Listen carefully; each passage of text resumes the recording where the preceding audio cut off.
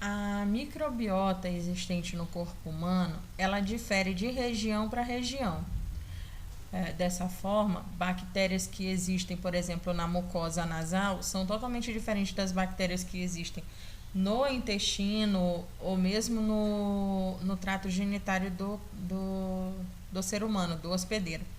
Isso ocorre devido a fatores como os diferentes tipos de umidade, de pH, do teor de oxigênio e de receptores de adesão e de nutrientes. Já na cavidade oral, diferente dos outros locais do corpo humano, existe uma microbiota diversificada. Isso ocorre devido aos diferentes tipos de tecidos que existem na cavidade oral. Dessa forma, diferentes tipos de tecidos, a gente vai ter diferentes tipos de micro-organismos. Os micro-organismos da cavidade oral, eles são divididos em residentes, também conhecidos como autóctones, e transientes, conhecidos como transientes ou transitórios, conhecido como aloctones. Tá? Os residentes, eles estão sempre presentes na microbiota. Eles são divididos entre indígena, que são aqueles que têm uma população maior, geralmente maior que 1% do total de micro-organismos existentes na cavidade oral, e a suplementar, que é uma população menor que 1% do total, e geralmente é composta por bactérias patogênicas, como o próprio Streptococcus mutans. As transitórias, elas geralmente são bactérias exógenas e ocasionais. Elas geralmente vêm de outros habitats, e são levadas à boca, através do ar, dos alimentos, de bebidas ou mesmo da própria mão. Elas só se instalam quando há severo desequilíbrio na microbiota local. O ecossistema bucal.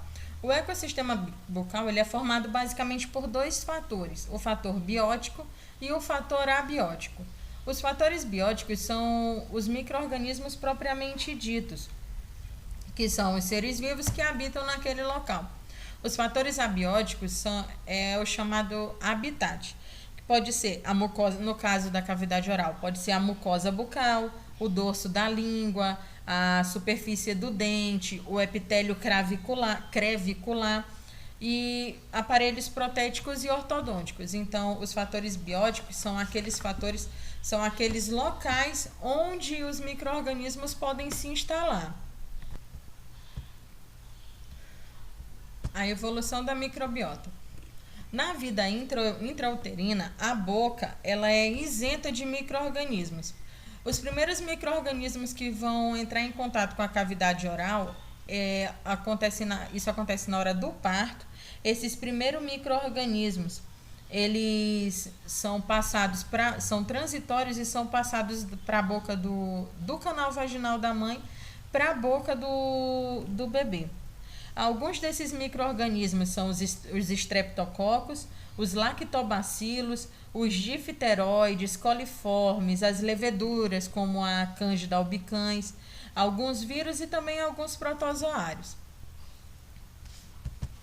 Algumas horas após o nascimento, os micro-organismos bucais, eles passam a ser os transitórios são trocados por residentes e eles são passados por transmissão vertical da mãe para o bebê. Como o bebê possui mucosa lisa e arejada, as bactérias que ficam presentes na boca do bebê geralmente são bactérias aeróbias ou anaeróbias facultativas. As aeróbias são aquelas que sobrevivem somente em meio oxigenado, só com oxigênio, e as anaeróbias facultativas são aquelas que necessitam, que para a sobrevivência delas tanto faz existir ou não oxigênio. Alguns exemplos desse tipo de bactéria que já entra em contato com a boca do bebê logo após o nascimento é a Streptococcus salivarius, a Oralis e a Streptococcus mitis. Após o primeiro ano, com a erupção dos dentes, vai existir na cavidade oral novas estruturas e novas superfícies que vão fazer com que a microbiota da cavidade oral comece a se diversificar. Geralmente, no primeiro ano, existem os estreptococcus salivários e alguns estafilococos, como a Veillonella spp e a Neisseria spp também. Com a erupção dos dentes, vão aparecer novas estruturas, como o próprio dente em si e a gengiva. No esmalte, nós vamos ter alguns estreptococcus aeróbios ou anaeróbios facultativos. Alguns deles são o Streptococcus sanguinis, o Streptococcus gordini, o oralis, o Actinomyces e o próprio Streptococcus mutans. Esses vêm logo depois do Streptococcus sanguinis, pois os Streptococcus sanguinis eles produzem um tipo de ácido que chama ácido para-aminobenzoico. E para instalação dos Streptococcus mutans, é necessário a presença desse tipo de ácido, o ácido para-aminobenzoico. Então, vale lembrar que a bactéria Streptococcus mutans, ela só vai existir depois que houver a bactéria Streptococcus sanguinis. Ela agindo aí numa espécie de comensalismo, onde uma bactéria se favorece de algo que outra bactéria produz e essa bactéria produtora não ganha nenhuma vantagem, mas também não leva nenhum prejuízo. Em sulcos, fissuras e na região interproximal desses novos dentes, como há pouco oxigênio nessa área, lá vão existir bactérias anaeróbias facultativas ou mesmo bactérias anaeróbias estritas, ou seja, bactérias que coexistem, que sobrevivem com ou sem oxigênio, e bactérias que só sobrevivem se não houver nenhum tipo de oxigênio. Já no suco gengival, devido a pouca concentração de oxigênio nessa região, vão sobreviver naquele local somente micro-organismos anaeróbios estritos, ou seja, aqueles que não sobrevivem em meio oxigenado. Um exemplo disso é a Prevotella intermédia, que são característicos principalmente na puberdade devido às alterações hormonais características dessa fase da vida. Na fase adulta, nós temos duas situações. A gente tem a situação do adulto dentado, que é aquele adulto que possui todos os dentes. Nesse caso, nós vamos verificar, por exemplo, que na saliva a gente pode encontrar cerca de 100 milhões de bactérias por ml de saliva. Já na placa dental, a gente pode encontrar até 10 bilhões de micro-organismos por grama de bactéria. Já nos adultos desdentados, como há uma severa redução dos dentes, vai haver também uma severa redução de micro-organismos, uma vez que, com a perda do dente, se perde também aquela superfície de adesão. Então, se eles não têm mais aonde se aderir, eles vão diminuir de número, com certeza. É aquela história de que quanto menor a quantidade de dentes, menor a quantidade de micro-organismos. Com a nova situação da boca, sem locais com pouca quantidade de oxigênio, vão coexistir naquele local somente os micro-organismos aeróbios e os anaeróbios facultativos, uma vez que ele volta a ter, assim como o bebê, uma mucosa, somente aquela mucosa lisa e arejada, mole, lisa e arejada. Com a inserção de uma dentadura artificial, volta todos os micro-organismos, porque volta também aquela superfície de adesão que antes existia ali. Estabelecimento da microbiota bucal. A microbiota, ela altera conforme as mudanças ambientais. A permanência do micro-organismo na superfície vai depender dos mecanismos de fixação, que geralmente são dois: a adesão ou aderência e a retenção.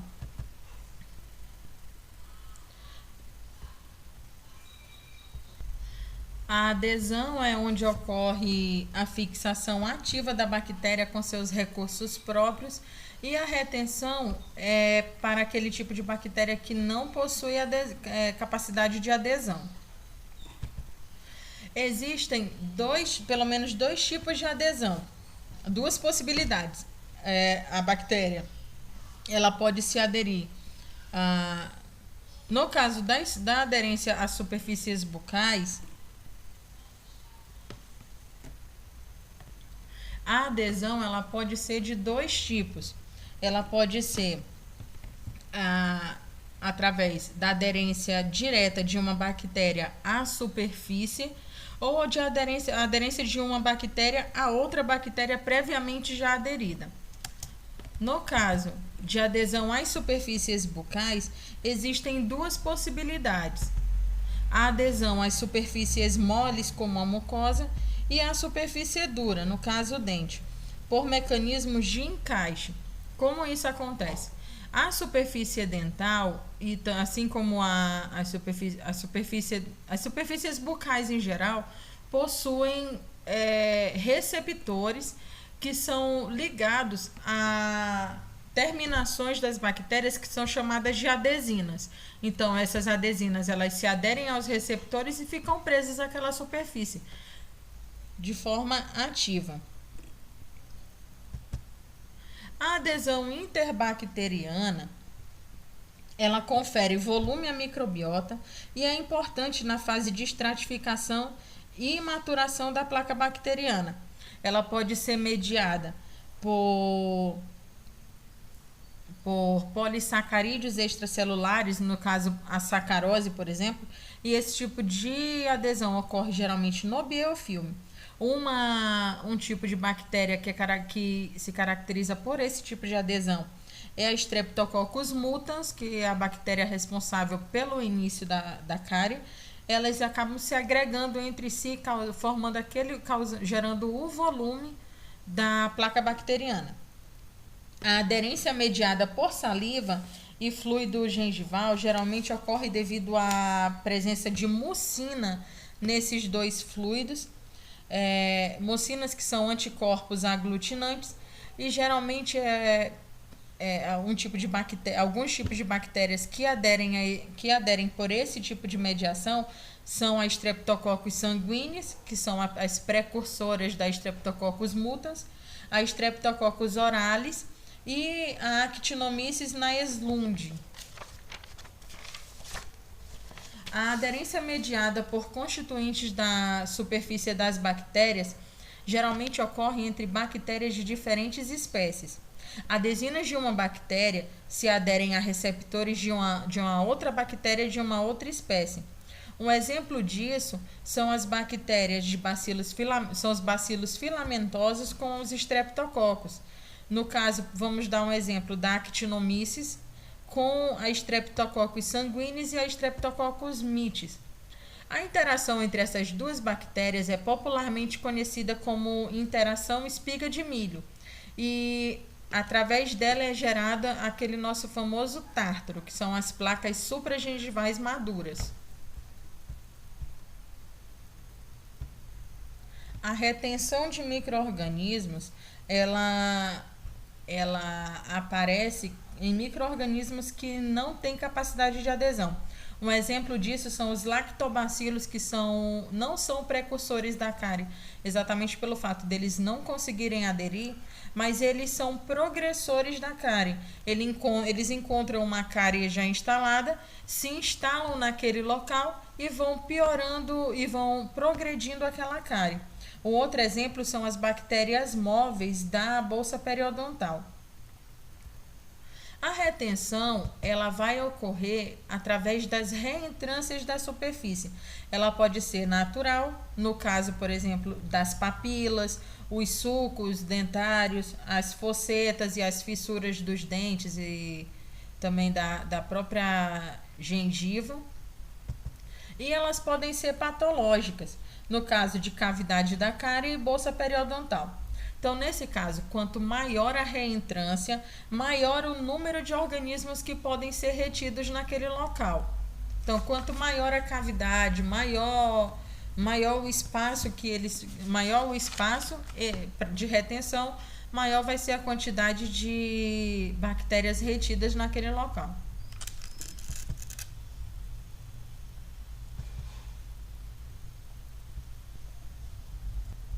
Influência do hospedeiro sobre a microbiota local. Essa influência é de regulação e controle. São 3 fatores básicos: os fatores endógenos, nele estão incluídos a saliva, o fluido gengival, a presença ou ausência de dentes e seus tecidos de sustentação, e a descamação epitelial. Tem os fatores exógenos, que são a dieta do hospedeiro, a qualidade da higiene bucal, o uso de antimicrobianos, e tem os fatores sistêmicos. Nós vamos falar de cada um deles. A saliva. Na saliva existem 3 mecanismos de controle e regulação. O primeiro deles são as substâncias antimicrobianas que são encontradas na saliva. São os anticorpos, principalmente o IgAS, a lisozima, que é produzida na parótida e é um bactericida de bactérias gram-positivas, a lactoferrina, que também é um bactericida principalmente de Streptococcus mutans em baixas concentrações, pois ela se liga aos íons ferro, diminuindo as superfícies de adesão dessas bactérias. E tem a lactoperoxidase, outro bactericida que inativa as enzimas bacterianas, matando-as. Um outro mecanismo de controle e regulação são as alterações prolongadas de pH. Em condições normais, a boca ela tem pH entre 6 e 7.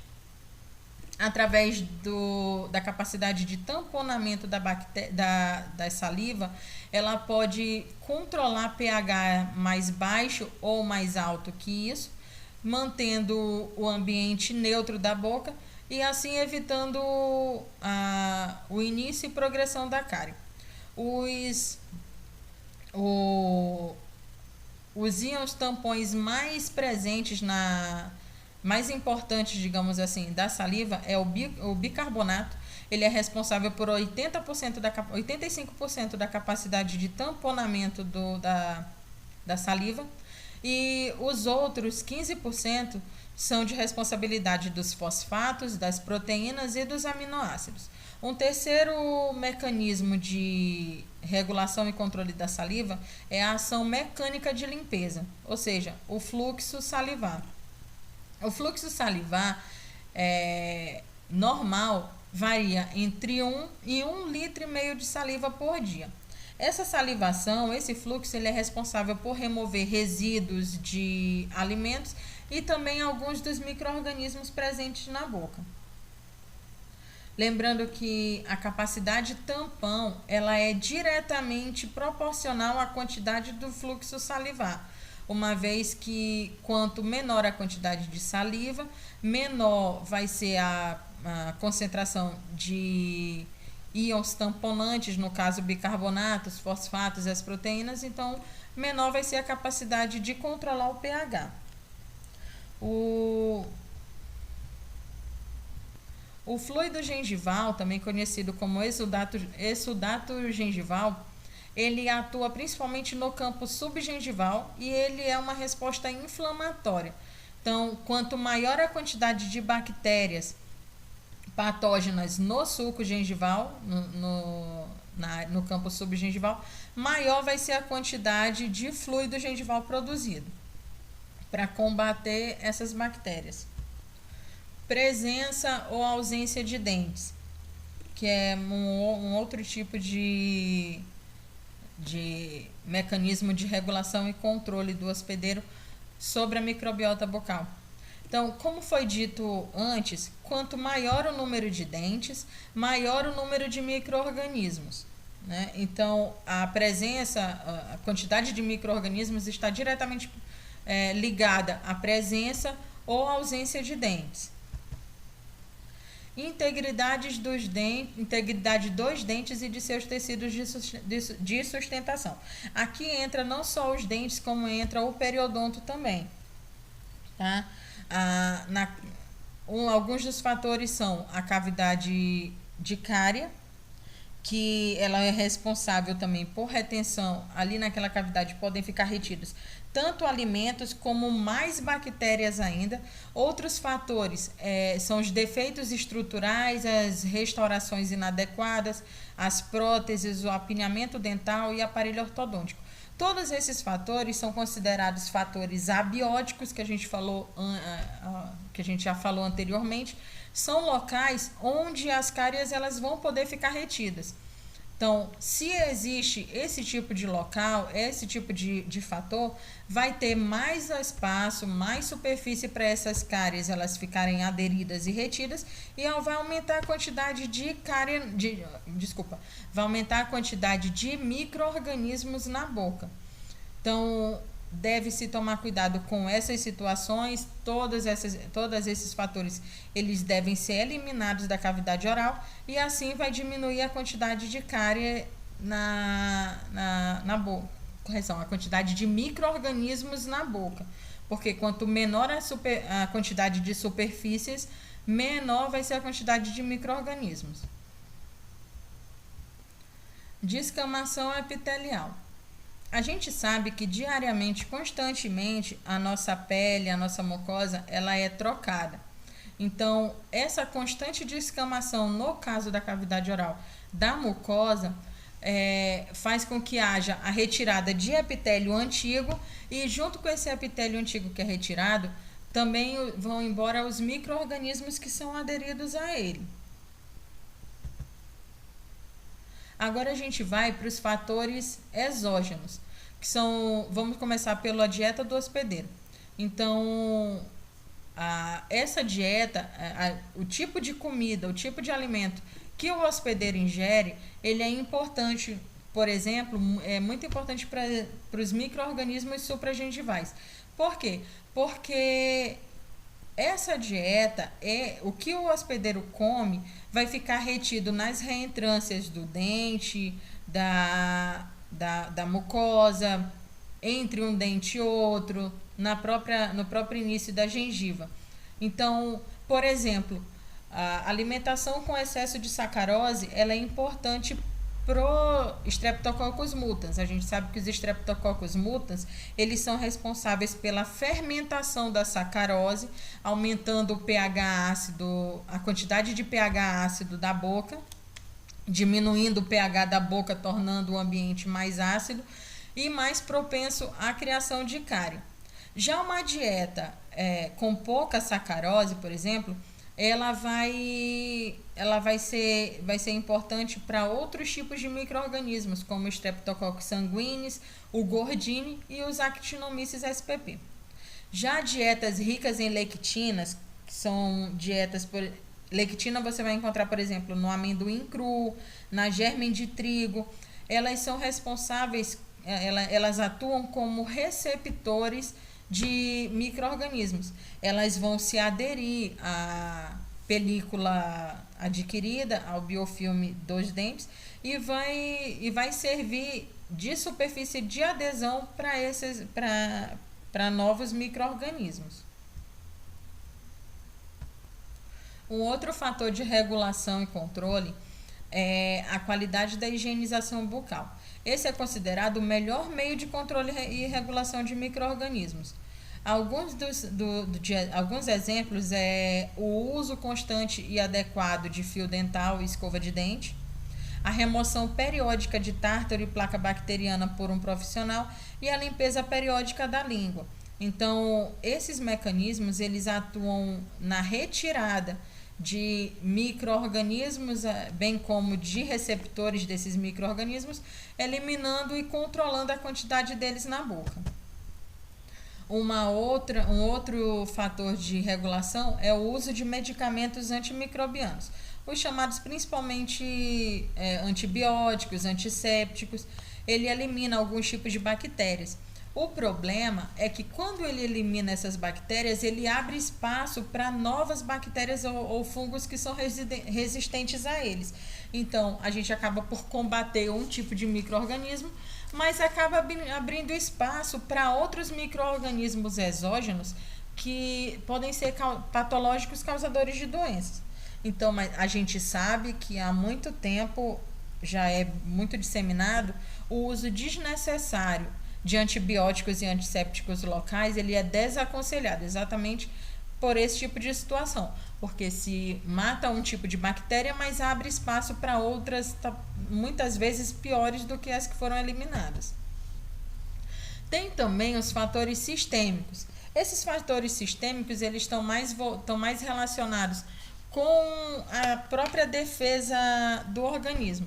Geralmente ocorre e também por patologias, claro. Geralmente ocorrem por alterações hormonais, diabetes, estresse, leucemia, imunodeficiência, própria quimioterapia. Esses fatores, eles acabam por baixar a imunidade. Então, a gente sabe que imunidade baixa diminui a possibilidade de combate a micro-organismos patogênicos. Eles vão se instalar na cavidade oral ou também em qualquer outra parte do corpo, causando patologias muitas vezes muito graves.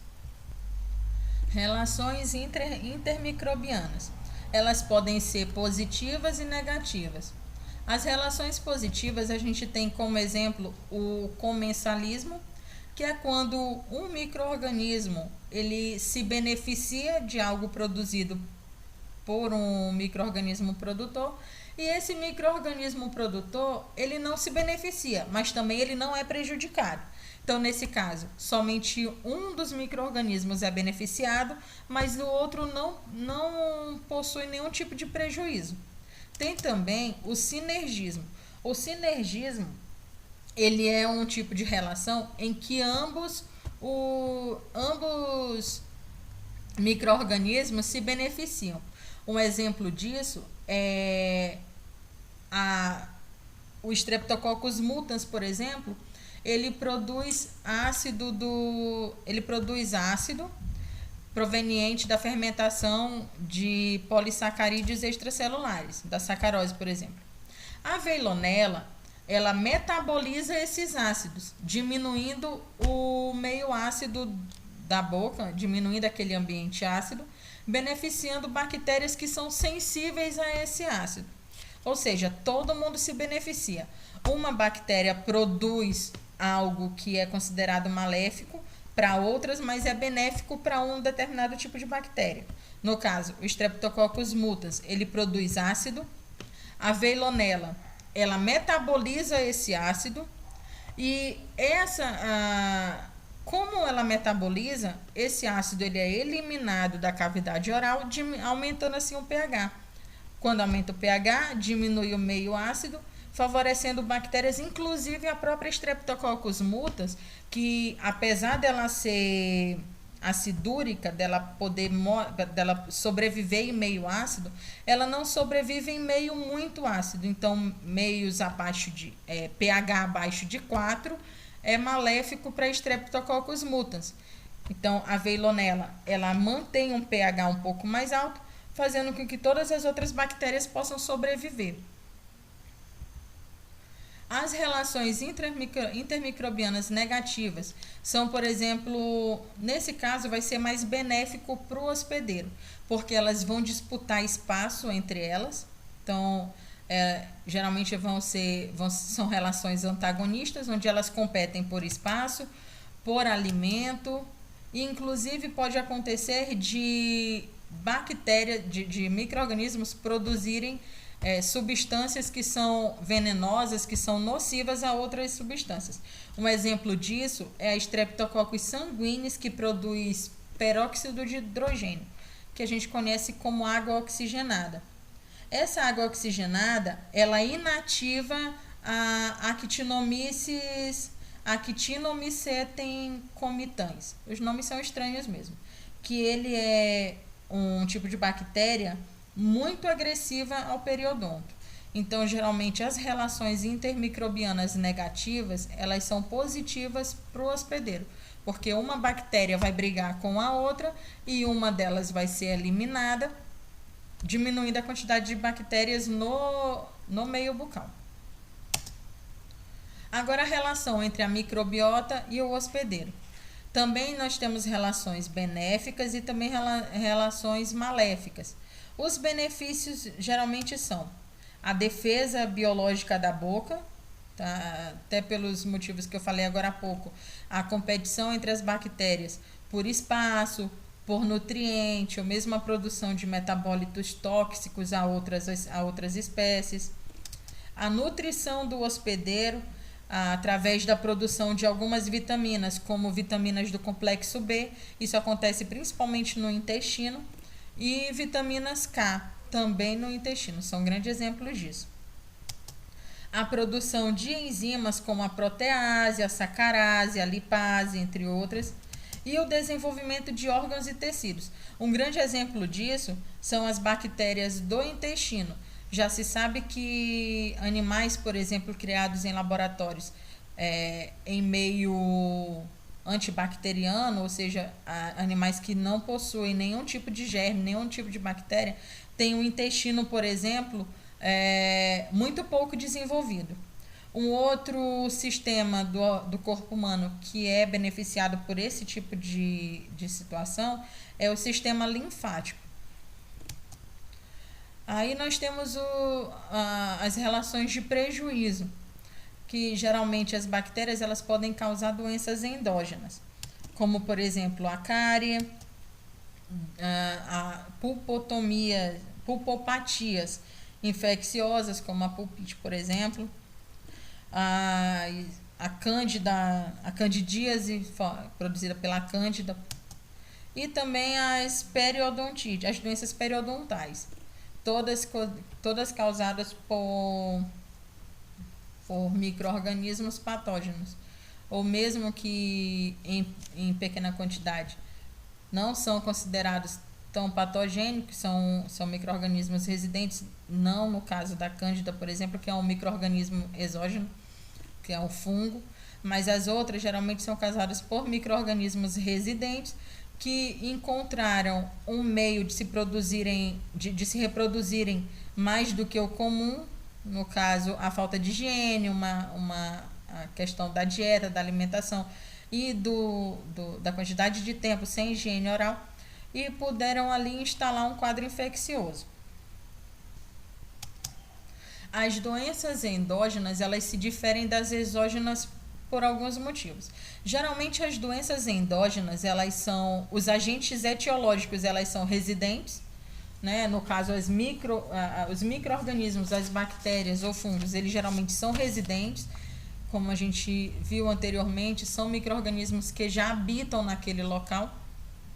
É necessária uma grande quantidade de anfiodontes. Os anfiodontes são os micro-organismos capazes de agredir um hospedeiro quando as condições ambientais e imunológicas são favoráveis a isso. Ou seja, uma alimentação, por exemplo, rica em sacarose ou rica em nutrientes necessários para esses micro-organismos, a má higiene oral, muito tempo sem realizar uma higiene bucal de forma satisfatória. Tem também os fatores predisponentes para essas doenças, tem que haver esses fatores predisponentes, que são exatamente os que eu falei anteriormente. As doenças geralmente são geradas por biofilme. A gente sabe que biofilme é aquela camada de bactérias que ficam aderidas à superfície bucal. Então, essas próprias bactérias, que são as bactérias residentes, elas aumentam de tamanho, aumentam de número por causa dos fatores predisponentes, e elas também induzem a baixa imunidade clínica, ou seja, elas são tecnicamente cíclicas. Elas vão ficar sumindo e aparecendo durante toda a vida do paciente. Isso dependendo também dos fatores predisponentes. Um outro fator. Então, esses são os fatores, tá? Geralmente, essas doenças geradas pelo biofilme, elas têm uma evidência clínica demorada, então quando você vai conseguir verificar a presença delas, elas já estão lá instaladas. E elas possuem curso lento. A cárie é um grande exemplo disso, que não surge do dia para a noite. Ela vai surgir depois de todo um processo que demora no mínimo 8 dias até que ela possa aparecer. Tá? Então, ficamos por aqui.